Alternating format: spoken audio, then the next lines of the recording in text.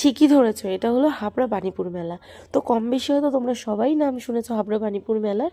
তো যারা যারা শোনোনি বা জানো না, তারা তারা একবার এসে দেখে যেতে পারো। খুব সুন্দর মেলা। এই মেলাতে পাওয়া যায় না এমন কোনো জিনিস নেই যে এই মেলাতে পাওয়া যায় না। তো আমি যখন গেছিলাম তখন বাজে সন্ধ্যে 6টা, 6টার সময় এরকম ভিড়। তার মানে 8টা 9টার দিক প্রচণ্ড পরিমাণে ভিড় হয়। আমি অল্প একটুখানি জায়গার ভিডিও করে শুধুমাত্র তোমাদের দেখালাম। মেলাটা অনেক বড় এবং 4টে মাঠ জুড়িয়ে মেলাটা হয়। এই মেলাতে পাওয়া যায় না এমন কোনো জিনিস নয়। তোমরা চাইলে আসতে পারো। যারা যারা এসেছো আমি তাদের কথা বলছি না, যারা যারা আসোনি তারা একবার এসে দেখে যেতে পারো এই মেলাটা। এত সুন্দর মেলা। আমি সারা বছর ওয়েট করে থাকি যে কবে এই মেলাটা আসবে। আমার কাছে তো খুব ভালো লাগে এই মেলা। এটা যে দেখছো, এটা হলো সুনামি। তো যাই হোক না কেন, আমার তো মাথা ব্যথা করে, মানে দেখে এমনি মাথা ঘোরায়। জানি না লোকের মধ্যে কি করে ওঠে। তো আরও অনেক কিছু ছিল, নাগরদোলা টোরা টোরা।